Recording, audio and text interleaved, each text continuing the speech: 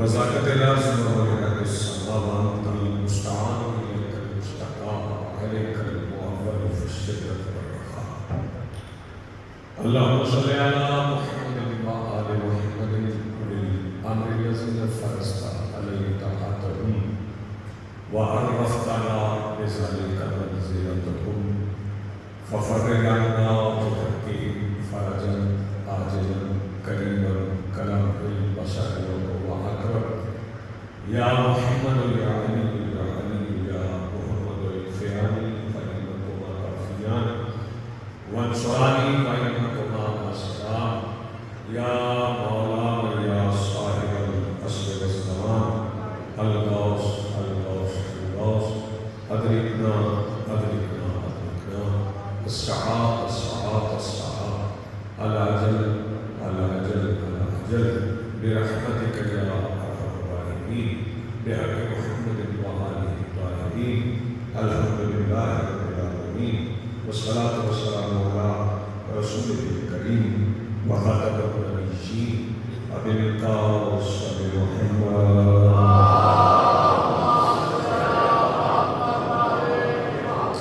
والصلاة والسلام الطيب والإكرام على آله الطيبين الطاهرين المعصومين المنتجبين المهديين المظلومين المعصومين الذين أظهر الله عنهم الرجس وطهرهم تطهيرا.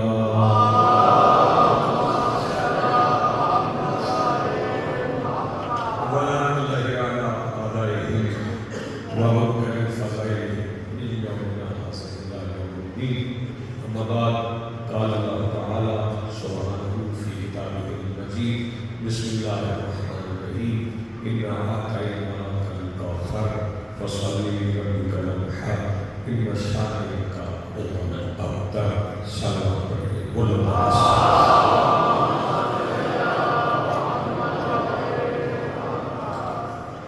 آج کی اس صفحہ اللہ اس صفحہ اللہ اور اس پر حاضر بلا تفریق عقائد و نظریات نصر و نصر کربلا کے قلعہ کے ممبر پر تشریف فرما خطیب نظریہ توحید کے آخری اس طرح سفر لبیک کہنے والے غیرت مندوں کے دلوں میں موجود حرارت ولایت امیر المومنین کے وسیلہ سے درخواست خدا ہوں اپنے اس وارث کی حضور جو پردہ غیب میں فرزند سیدہ کی حیثیت سے موجود ہے کہ کائنات کا مدبر الحنان مدبر الامور اپنے رخ سے ایجاد غیبت کرتا ہے اور کالا کی چک سے اپنے پہلے ہی خطبے میں کائنات کو سمجھائے یعنی کل بھی واجب تھا علی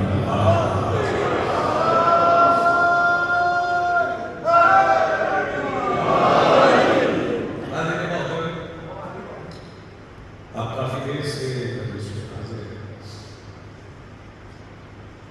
اللہ رب العزت نے جناب آدم کے ساتھ جناب حوا کو زمین پر ان کی تکلیف پہ بھی بات نہیں کر رہا. وہ علامت مجھے شہر کبھی ہے وہ جو معرف کی غلط فہمی کی وجہ سے اس معاملے میں مجھے ہوئے ہیں کہ اللہ نے حوا کو کیسے بنایا ہے تو وہ اللہ کی قدرت پہ شک کر رہا ہے. اس کے لیے قطعاً یہ مشکل نہیں ہے کہ وہ کسی بھی طریقے سے جناب حوا کو دفن کرے. وہ اگر مٹی سے جناب آدم کو بنا سکتا ہے اور انہیں مسجود ملائکہ کا رہا تو پھر نہ اس کے پاس مٹی کی کمی تھی نہ قدرت کی کمی تھی. وہ کیسے چاہتا جناب حوا کو بنا. لیکن ذکر حوا تاریخ آدمیت کے ساتھ ساتھ جاری مثال ہے. جو لوگ جناب آدم کو ابو البشر وہ جناب حوا کو ام البشر مانتے ہیں. اگر آدمیت کے پاپ آؤ تو آدمیت کی ماں بھی نہیں ہوگا. جسے حوا کا احترام نہیں آتا وہ آدم کا احترام نہیں کر سکتا.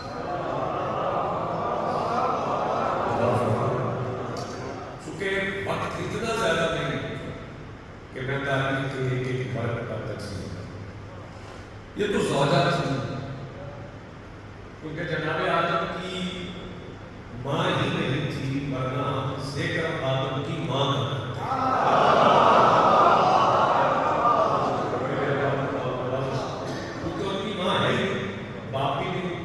اس لیے جناب حوا کا ذکر. جب ذکر آتا ہے جناب حاجرہ اور جناب سارہ، تو پھر ازواج ابراہیم ہونے کے علاوہ جو ان کا زیادہ ذکر ہے وہ ام اسحاق اور ام اسماعیل کے حوالے سے، کہ یہ ایک جناب سارہ جناب اسحاق کی والدہ اور جناب حاجرہ جناب اسماعیل کی والدہ، اور یہ عزت میں معصومین کی ماں ہونے کی بہت حیثیت سے ہے. اور جو حاجرہ و سارہ کی عزت نہیں کرتا وہ ابراہیم کی عزت بھی نہیں کرتا. اس کا مطلب ہے اگر کوئی کسی گھر کی مقتدر باعزت مستورات کی عزت نہیں کرتا تو وہ اس گھر کے سربراہ کی عزت نہیں کرتا. میں نتیجے جلدی ہے.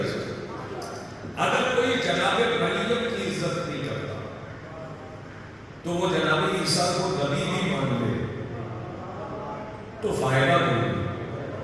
اسی وجہ سے رسول نے بیٹی کو ماں کہا تھا تاکہ دنیا کو پتہ چل جائے جو عزت فاطمہ نہیں کرتا وہ توہین رسالت کرتا.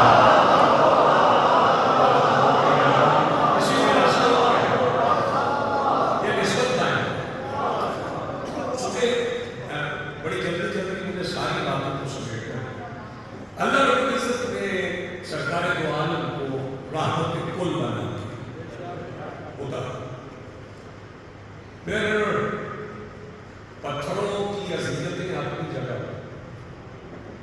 لیکن مولا کا فرمان ہے کہ زبان کے زخم تلوار کے زخم سے گہرے ہوتے ہیں. تلوار کے زخموں کا جواب دینے کے لیے فکرہ میں بادشاہ کی آپ کی خدمت عالیہ میں اتنا بڑا کہہ جاؤں گا کہ وہ تربیت جو بڑے بادشاہ نے کی اس کا ثمر ابھی آپ کو نظر آ جائے گا. تلوار کے زخم جو رسول کو دینے آتے تھے ان کے جواب میں اللہ نے علی کو بھیجا، اور جو زبان کے زخم تھے ان کا جواب سورہ کوثر.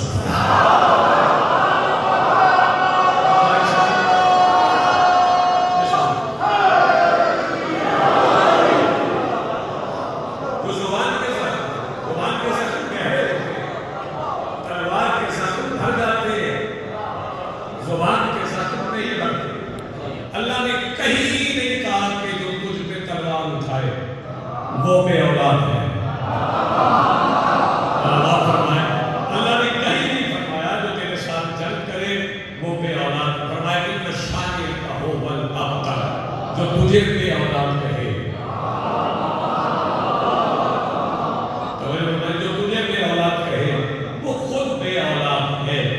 جو تجھے بے اولاد، یعنی اس کا مطلب کیا ہے؟ جو اولاد مصطفیٰ سے دشمنی رکھے اس کے گھر اولاد نہیں ہوتی. تو پھر یاد رکھنا بطول کے دشمنوں کے گھر بچے ہوتے ہیں، اولاد نہیں ہوتی.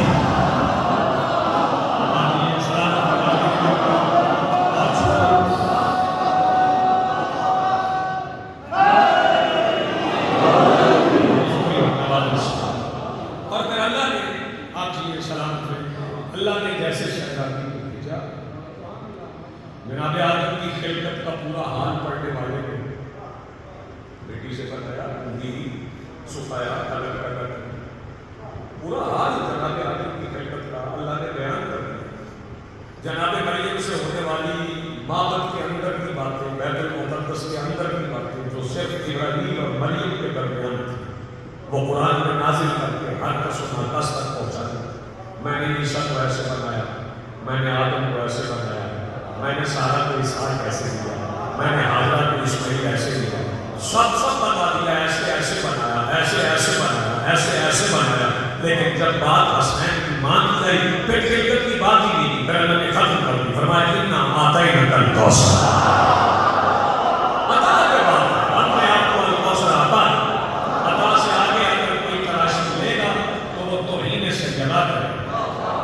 کسی کو عطا سے آگے جب اللہ کہہ رہے ہیں اِنَّا أَعْطَيْنَاكَ الْكَوْثَرَ، کوثر عطا کر دیا، پھر اگر چادر کی قسم کھائی، اللہ نے اگر میں فضیلت سجدہ پڑھ نہیں سکتا لیکن اپنی طرف سے کچھ سجدے پیش کر رہا ہوں لفظوں کے، وہ ہمارے قبول فرمائے۔ اگر چادر کی قسم کھائی تو پھر جس کی چادر کی قسم کھائی اسے کہا بیٹی سے چادر مانگ۔ جس کی چادر کی قسم کھائی اسے کہا کہ بیٹی سے چادر مانگ، تاکہ میں جس چادر کی قسم کھاتا ہوں بتاؤں کہ اس چادر کے نیچے سب سے معتبر کون ہے۔ اس چادر کے نیچے سب سے معتبر کون ہے، اور اگر اس کی زلفوں کی قسم کھائی، اگر زلفوں کی قسم کھائی تو پھر اسی بیوی کے بیٹوں کے ہاتھوں میں وہی زلفیں پکڑانی۔ میں تھوڑا سا سجدہ کرنے کیونکہ زیادہ تو مجھے مسائل پڑ گئے، انہیں کے ہاتھ میں وہ زلفیں پکڑا دی۔ توجہ فرمائیے گا، اگر اسے معراج پر بولا، اگر رسول کو معراج پر بلایا تو معراج پر بلا کر بھی یہ بتایا کہ میں جہاں سب سے زیادہ پردہ کروں وہاں بطول کے رشتے کی بات کرتا ہوں۔ اب یہ سال میرا سب سے زیادہ ہے۔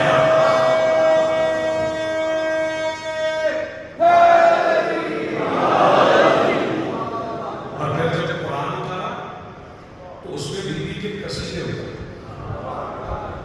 کبھی فرما دیا بسم اللہ الرحمن الرحیم انما یرید اللہ لیذہب عنکم الرجس اہل البیت ویطہرکم تطہیرا۔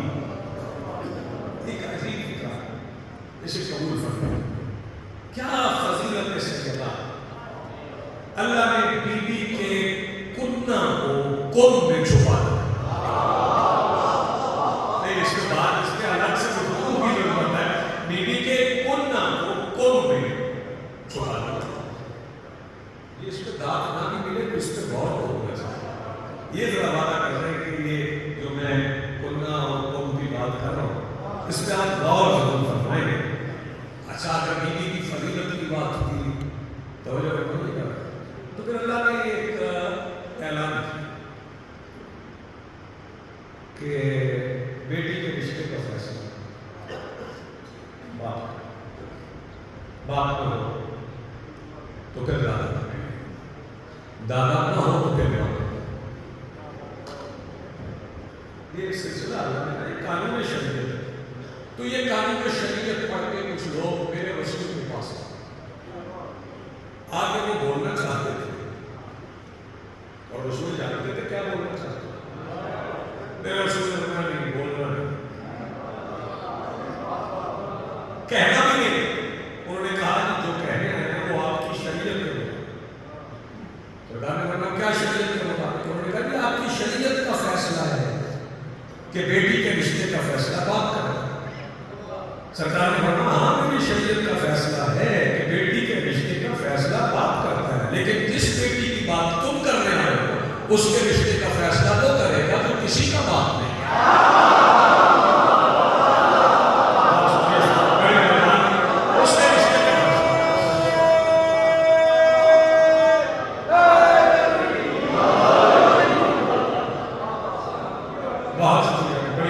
اس کے رشتے کا فیصلہ جو کسی کا باپ نہیں، اس کے رشتے کا فیصلہ اللہ کا۔ توجہ فرمائیے گا۔ اور پھر رسول کہہ دیتے ہیں کہ مجھے وحی آئی ہے کہ رشتہ نہیں سکتا، تو وحی پہ شک کرنے والوں نے پھر شک کرنا، وحی پہ شک کرنے والوں نے پھر شک کرنا تھا۔ رسول نے فرما دیا بات اب وحی کی نہیں ہوگی کہ وحی کیا ہے، پہلے تو ہم وحی دکھاتے ہی کہ اللہ ہم سے کہتا ہے ہم سناتے ہیں، بطول کے رشتے کے وقت ہم دکھائیں گے کہ ستارہ اتر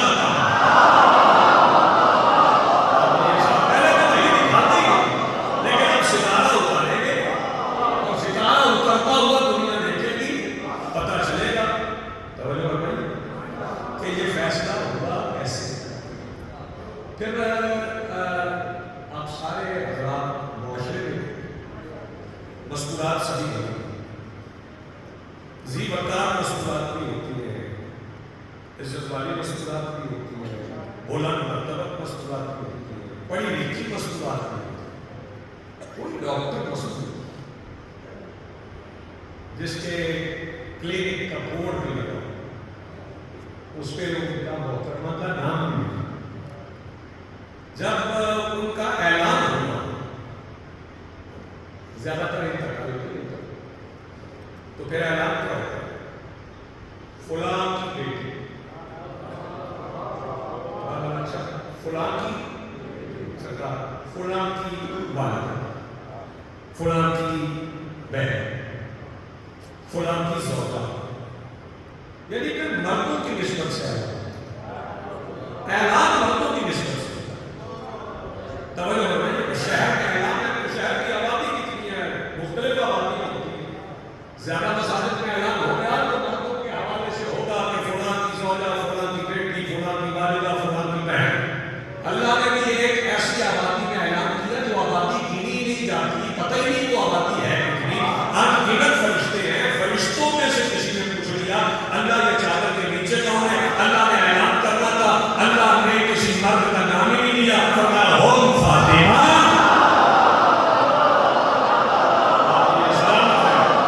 مردوں کا نام نہیں ہے، پھر اس مستور کا نام ہم فاطمہ و ابوہا و بالہا و بنوہا، یعنی عزت کس سے ہے؟ سیدہ کا باپ ہونے سے۔ عزت کس سے ہے؟ سیدہ کے شوہر ہونے سے۔ عزت کس سے ہے؟ سیدہ کے بیٹے ہونے سے۔ اور فرمایا توجہ کرنا، بالکل بالکل قریب۔ اور پھر یاد رکھیے چونکہ بات ایسی ہے، میں یہ مسائل میں نہیں پڑھ رہا، اس پہ پھر آپ کو غور قبروں پہ پہرے ہوتے ہیں، دشمنوں کے شہر میں قبریں ہوتے تو ان میں پہرے ہوتے ہیں، موبائل چھوٹے کے بارے میں دشمنوں کے خطرات ہو تو قبروں پہ پہرے ہوتے ہیں، اس لیے پہرے ہوتے ہیں۔ غور فرمائیے کہ کوئی قبر کو نقصان اس وجہ سے کہہ رہا ہوں کہ کوئی قبر کو، میں ابھی روزے کی بات نہیں کر رہا، میں ابھی قبر کی بات کر رہا ہوں، توجہ فرمائیے۔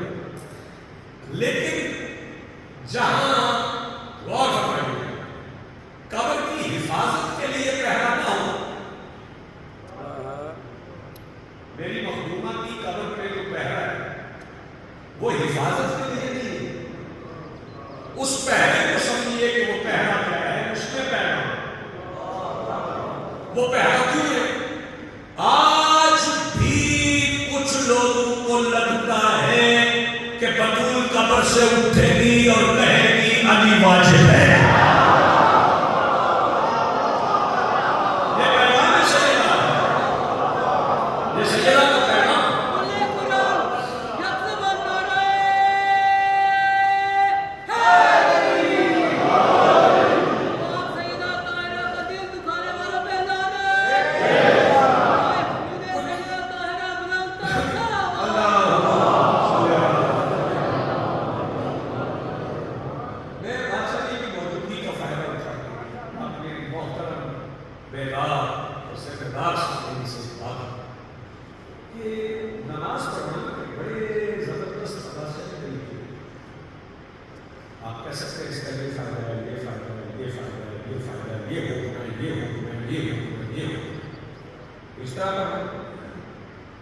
ہمیں کچھ لوگوں نے کہا کہ آپ کو شمر کا خنجر یاد ہوگا، حسین کا سجدہ، یہ طریقہ نماز پڑھنے کا نہیں، اگر آپ نے یہی کہنا تو پھر میں بھی ایک سوال حسین سجدہ کر رہے تھے تو بعد نماز کی شمر کے ہاتھ میں کر رہے تھے تو آپ نے کہہ دیا کہ حسین نماز بچاتے ہوئے شہید۔ میں ایک بات ضرور کروں گا، مجھے صرف یہ بتائیں کہ بطول کیا بچاتے ہوئے شہید؟